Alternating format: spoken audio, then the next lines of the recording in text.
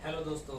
तो आज मैं आपके लिए लेके आया हूँ एक नई कड़ी जिसका नाम है important current affairs of this week. तो न्यूज़पेपर में जो भी इम्पोर्टेंट करंट अफेयर हैं एग्जामिनेशन पॉइंट ऑफ व्यू से उनको हमने यहाँ पर डिस्कस करने की कोशिश की हुई है। तो देखिए, जो पहला यहाँ पर क्वेश्चन बनता है न्यूज़पेपर के अकॉर्डिंग, आज देखिए 12 मई है और 12 मई को जो मनाया जाता है इंटरनेशनल नर्सिस डे। तो कब से मनाया जाता है ये? 1974 से ये मनाना शुरू किया गया था। और क्यों किया गया था? क्योंकि जो फ्लोरेंस नाइटिंगेल थी, ब्रिटिश एक सोशल हेल्थ वर्कर थी। तो उन्होंने क्या किया था कि जो क्रीमिया वॉर हुआ था 1974 के अराउंड, तब क्या किया कि जो वहां पर घायल जितने भी सैनिक होते थे उन सैनिकों को वो ट्रीटमेंट करने के लिए उनकी जाती थी, उनको फर्स्ट एड देने के लिए। तो वो क्या करती थी कि रात रात भर जो है लैंप लेके यहाँ से वहां आती जाती रहती थी। तो उस वजह से लोगों ने जो है उन्हें क्या कहना शुरू कर दिया, लेडी विद द लैंप, और उस वजह से ये फेमस हो गई। तो कई बार क्वेश्चन आपको बन जाते हैं ये किसी भी एग्जामिनेशन में कि लेडी विद द लैंप किसे कहा जाता है, तो वो है फ्लोरेंस नाइटिंगेल।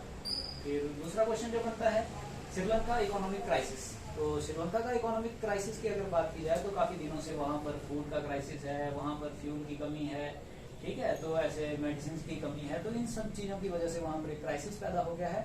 और आए दिन आप न्यूज़पेपर में ये खबरें सुनते होंगे कि श्रीलंका में हिंसात्मक घटनाएं हुई, सेना ने वहां पर कार्यभार संभाल लिया, सड़कों पर उतर गई सेना, ये सारी चीजें वहां पर आपको देखने को मिलती हैं। तो इस बीच जो है आपके लिए जो एग्जामिनेशन पॉइंट ऑफ व्यू से ये कौन से बिंदु हैं या कौन से प्रमुख पॉइंट हैं जो आपको याद रखने हैं, तो वो है जैसे पहला यहाँ पर ये बनता है कि न्यू पीएम कौन है, यहाँ का श्रीलंका का न्यू प्राइम मिनिस्टर कौन है, तो वो है अब रानिल विक्रमसिंघे। ठीक है, इसको आपने याद रखना है, इसको आप लिख भी सकते हो, रानिल विक्रमसिंघे। और फिर दूसरी बात यहाँ पर प्रेसिडेंट की बात करें तो प्रेसिडेंट जो है वो गोतबाया राजपक्षे है। और इसके साथ ही अगर एक और बात हम देखें तो कई बार आपने देखा होगा कि महिंद्रा राजपक्षे की बात की जाती है कि श्रीलंका के प्राइम मिनिस्टर, तो उन्होंने जो है अभी 10 तारीख को ही 10 मई को इन्होंने रिजाइन दिया अपने पद से, जो कि पहले पीएम थे। तो अब जो है वहां पर आपकी श्रीलंका में जो नए प्राइम मिनिस्टर हैं वो कौन है, यहाँ पर आप देख सकते हो रानिल विक्रमसिंघे। तो रानिल विक्रमसिंघे यहाँ पर नए प्राइम मिनिस्टर हैं और प्रेसिडेंट है गोतबाया राजपक्षे, जो कि महिंद्रा राजपक्षे के भाई हैं। ठीक है, और इसके बाद कैपिटल की बात करें तो कैपिटल की बात करते हैं तो कोलंबो। कोलंबो ही आपने अभी तक सुना होगा कि श्रीलंका की राजधानी कोलंबो है। ठीक है, लेकिन अब जो है श्रीलंका के बीच श्रीलंका की नई राजधानी बना दी गई है। नई राजधानी जो है वो कुछ और है, कोलंबो नहीं है। तो इसका नाम है सिरी जय वर्धनेपुरा, ये सिटी का नाम है। ठीक है, नई जो कैपिटल सिटी है यहाँ पर सिरी जयवर्धनेपुरा। तो कई बार एग्जामिनेशन में ये क्वेश्चन पूछ लिया जाएगा कि श्रीलंका की राजधानी कौन है, तो मैक्सिमम लोग जो है कोलंबो टिक करके आएंगे, लेकिन जो कि सही नहीं है। अब जो है वो सिरी जयवर्धनेपुरा है। फिर इसके बाद जो एक नई बात यहाँ पर हमें देखने को मिली कि हिमालय जो गिद्ध है, हिमालयन वल्चर जो है, वो काफी आपने सुना होगा कि वल्चर जो है काफी हमारे एनवायरनमेंट के लिए भी ठीक रहते हैं, हमारे सहायक होते हैं डिकम्पोज करने के लिए चीजों को, या हमारे पर्यावरण को शुद्ध रखने के लिए, स्वच्छ रखने के लिए। लेकिन हिमालय गिद्ध जो है वो क्या करते हैं, यहाँ पर आप पढ़ रहे होंगे कि 1158 किलोमीटर लंबी उड़ान जो है उसने एक गिद्ध जो था उसने भरी। तो बात एक्चुअली ऐसी हुई कि फरवरी 2022 में जो हमारे फॉरेस्ट डिपार्टमेंट था, ठीक है, जो टूरिज्म डिपार्टमेंट, फॉरेस्ट डिपार्टमेंट, ऐसे तो उन्होंने क्या किया, 25 ऐसे वल्चर्स को क्या किया, जीपीएस लगाए उन्होंने। ठीक है, उनको पकड़ा और उनमें जीपीएस लगाए। तो 25 जो थे ऐसे वल्चर, उनमें ये जीपीएस लगाए, फिर उनको ट्रैक किया कि ये कहाँ कहाँ जा रहे हैं। तो उसमें क्या है कि सबसे पहले आपको इससे पहले जो जानने वाली बात है वो ये है कि नवंबर के महीने में हिमालय से ये टाइगर रिजर्व जो है पन्ना एमपी में टाइगर रिजर्व है, ठीक है, टाइगर रिजर्व पन्ना में टाइगर रिजर्व है, वहां पर जाते हैं हिमालय से।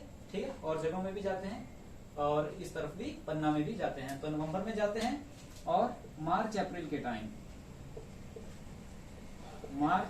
टाइम ये क्या करते हैं, पन्ना टू हिमालय।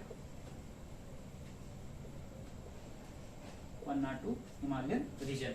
तो पन्ना से जो है ये हिमालयन रीजन की तरफ चले जाते हैं मार्च अप्रैल में। तो आजकल जो है थोड़े लेट ही सही, लेकिन ये जा रहे हैं। तो वैसे ही जा चुके हैं कई, इनमें जो है कई, जैसे पाकिस्तान में, पाकिस्तान हुआ, नेपाल हुआ और चाइना हुआ, ठीक है।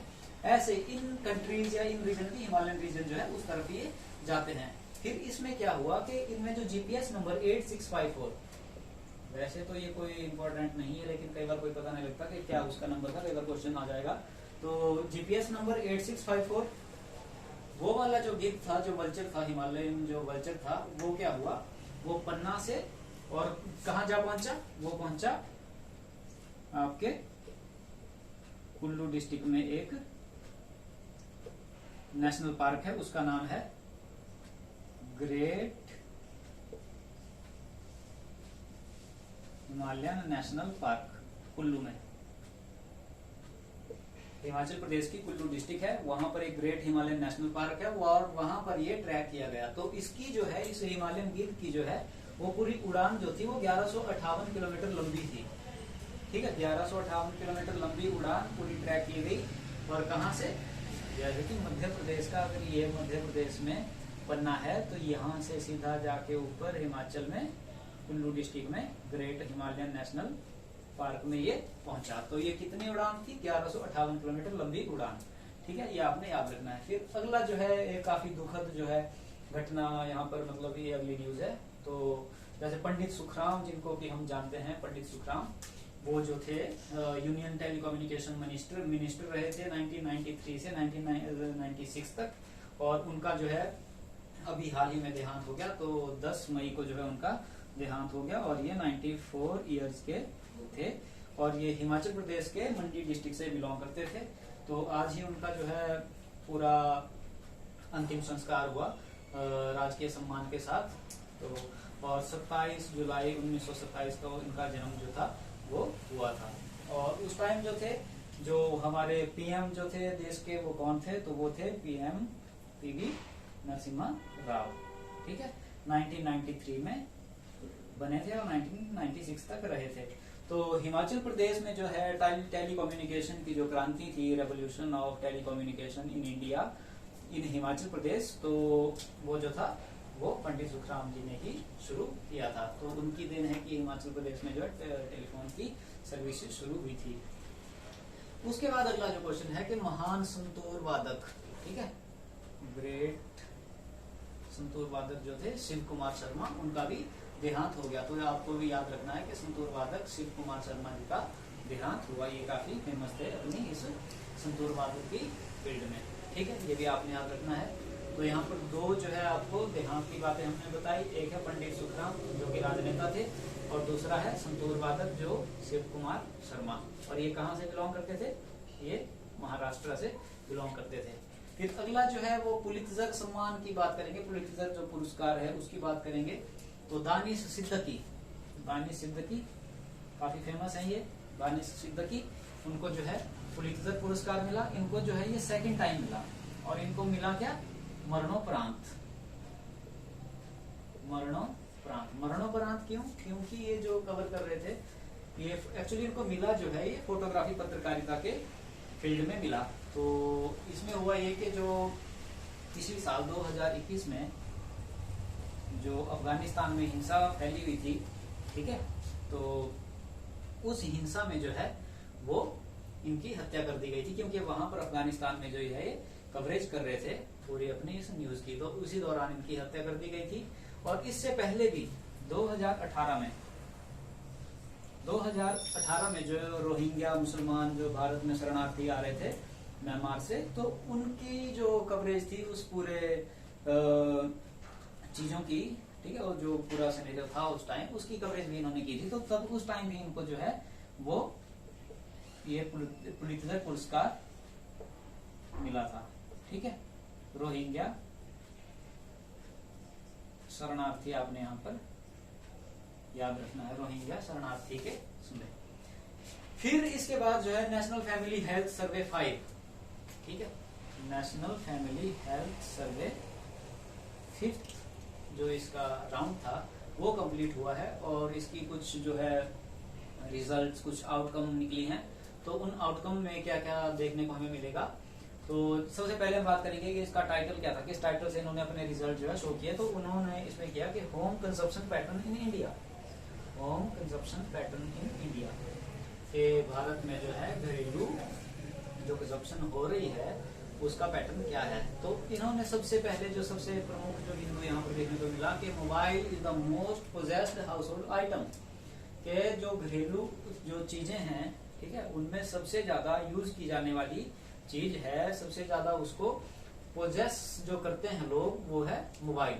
ठीक है, मतलब उसको ज्यादा उस मोबाइल की तरफ ही ध्यान है, उस पे अपना अधिकार जमाना, ये सब पोजेशन में आता है। ठीक है, तो मोबाइल सबसे ज्यादा। और दूसरी ये बात देखने को मिलती है कि 93.3% हाउस होल्ड के पास मोबाइल है इंडिया में। 93.3 हाउस होल्ड मतलब के 10 में से 9 लोगों के पास होगा ही होगा फोन। ठीक है, इंडिया में लगभग एक आदमी पूरा भी ऐसा नहीं मिलेगा 10 में से जिसके पास ये फोन नहीं हो, अगर हम परसेंटेज की बात करें तो।